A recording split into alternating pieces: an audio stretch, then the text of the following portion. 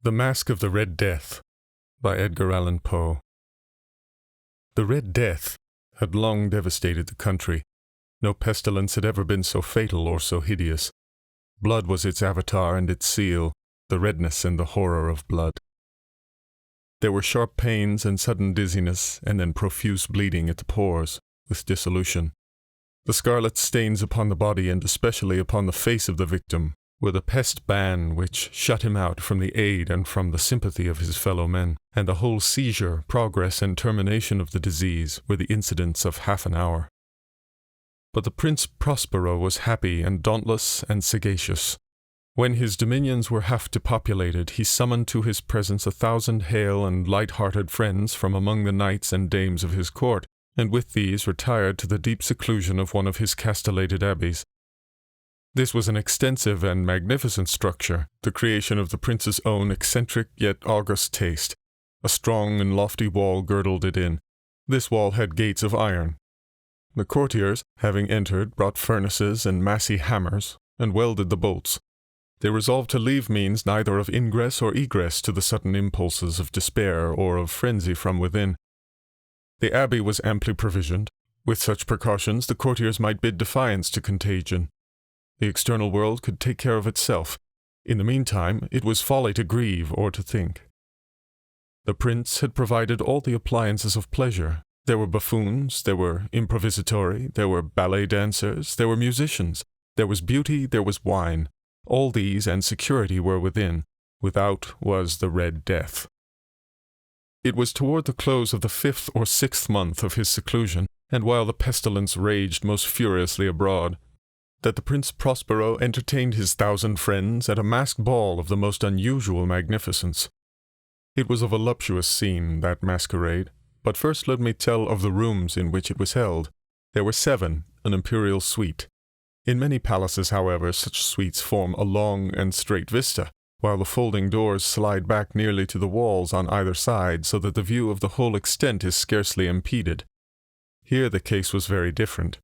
As might have been expected from the Duke's love of the bizarre, the apartments were so irregularly disposed that the vision embraced but little more than one at a time.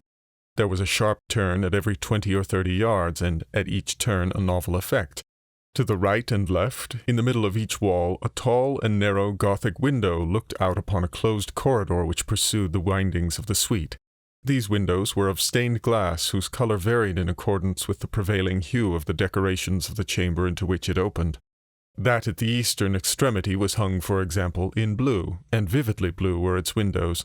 The second chamber was purple in its ornaments and tapestries, and here the panes were purple. The third was green throughout, and so were the casements. The fourth was furnished and lighted with orange, the fifth with white, the sixth with violet. The 7th apartment was closely shrouded in black velvet tapestries that hung all over the ceiling and down the walls, falling in heavy folds upon a carpet of the same material and hue. But in this chamber only, the color of the windows failed to correspond with the decorations. The panes here were scarlet, a deep blood color. Now, in no one of the 7 apartments was there any lamp or candelabrum, amid the profusion of golden ornaments that lay scattered to and fro or depended from the roof. There was no light of any kind emanating from lamp or candle within the suite of chambers. But in the corridors that followed the suite there stood opposite to each window a heavy tripod bearing a brazier of fire that projected its rays through the tinted glass and so glaringly illumined the room. And thus were produced a multitude of gaudy and fantastic appearances. But in the western or black chamber the effect of the firelight that streamed upon the dark hangings through the blood-tinted panes was ghastly in the extreme, and produced so wild a look upon the countenances of those who entered that there were few of the company bold enough to set foot within its precincts at all. It was in this apartment also that there stood against the western wall a gigantic clock of ebony. Its pendulum swung to and fro with a dull, heavy, monotonous clang, and when the minute hand made the circuit of the face and the hour was to be stricken, there came from the brazen lungs of the clock a sound which was clear and loud and deep and exceedingly musical, but of so peculiar a note and emphasis that at each lapse of an hour the musicians of the orchestra were constrained to pause momentarily in their performance to hearken to the sound, and thus the waltzers perforce ceased their evolutions, and there was a brief disconcert of the whole gay company, and while the chimes of the clock yet rang, it was observed that the giddiest grew pale, and the more aged and sedate passed their hands over their brows as if in confused reverie or meditation. But when the echoes had fully ceased, a light laughter at once pervaded the assembly. The musicians looked at each other and smiled as if at their own nervousness and folly, and made whispering vows, each to the other, that the next chiming of the clock should produce in them no similar emotion. And then, after the lapse of 60 minutes, which embraced 3,600 seconds of the time that flies, there came yet another chiming of the clock, and then were the same disconcert and tremulousness and meditation as before. But in spite of these things, it was a gay and magnificent revel. The tastes of the Duke were peculiar. He had a fine eye for colours and effects. He disregarded the decora of mere fashion. His plans were bold and fiery, and his conceptions glowed with barbaric lustre. There are some who would have thought him mad. His followers felt that he was not. It was necessary to hear and see and touch him to be sure that he was not. He had directed in great part the movable embellishments of the 7 chambers upon occasion of this great fete, and it was his own guiding taste which had given character to the masqueraders. Be sure they were grotesque. There were much glare and glitter and piquancy and phantasm, much of what has been seen in Hernani. There were arabesque figures with unsuited limbs and appointments. There were delirious fancies such as the madman fashions. There was much of the beautiful, much of the wanton, much of the bizarre, something of the terrible, and not a little of that which might have excited disgust. To and fro in the 7 chambers there stalked in fact a multitude of dreams, and these, the dreams, writhed in and about, taking hue from the rooms and causing the wild music of the orchestra to seem as the echo of their steps. And anon there strikes the ebony clock which stands in the hall of the velvet, and then for a moment all is still and all is silent, save the voice of the clock. The dreams are stiff frozen as they stand, but the echoes of the chime die away. They have endured but an instant, and a light, half-subdued laughter floats over them as they depart, and now again the music swells, and the dreams live, and writhe to and fro more merrily than ever, taking hue from the many-tinted windows through which stream the rays from the tripods. But to the chamber which lies most westerly of the 7, there are now none of the maskers who venture, for the night is waning away, and there flows a ruddier light through the blood-colored panes, and the blackness of the sable drapery appalls, and to him whose foot falls upon the sable carpet, there comes from the near clock of ebony a muffled peal more solemnly emphatic than any which reaches their ears who indulge in the more remote gaieties of the other apartments. But these other apartments were densely crowded, and in them beat feverishly the heart of life, and the revel went whirlingly on, until at length there commenced the sounding of midnight upon the clock, and then the music ceased, as I have told, and the evolutions of the waltzers were quieted, and there was an uneasy cessation of all things as before. But now there were 12 strokes to be sounded by the bell of the clock, and thus it happened, perhaps, that more of thought crept, with more of time, into the meditations of the thoughtful among those who revelled. And thus, too, it happened, perhaps, that before the last echoes of the last chime had utterly sunk into silence, there were many individuals in the crowd who had found leisure to become aware of the presence of a masked figure which had arrested the attention of no single individual before. And the rumor of this new presence having spread itself whisperingly around, there arose at length from the whole company a buzz or murmur expressive of disapprobation and surprise, then finally of terror, of horror, and of disgust.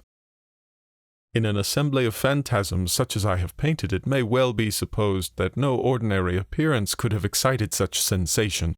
In truth, the masquerade license of the night was nearly unlimited, but the figure in question had out-Heroded Herod, and gone beyond the bounds of even the prince's indefinite decorum. There are chords in the hearts of the most reckless which cannot be touched without emotion. Even with the utterly lost, to whom life and death are equally jests, there are matters of which no jest can be made. The whole company, indeed, seemed now deeply to feel that in the costume and bearing of the stranger neither wit nor propriety existed. The figure was tall and gaunt, enshrouded from head to foot in the habiliments of the grave. The mask which concealed the visage was made so nearly to resemble the countenance of a stiffened corpse that the closest scrutiny must have had difficulty in detecting the cheat, and yet all this might have been endured if not approved by the mad revellers around.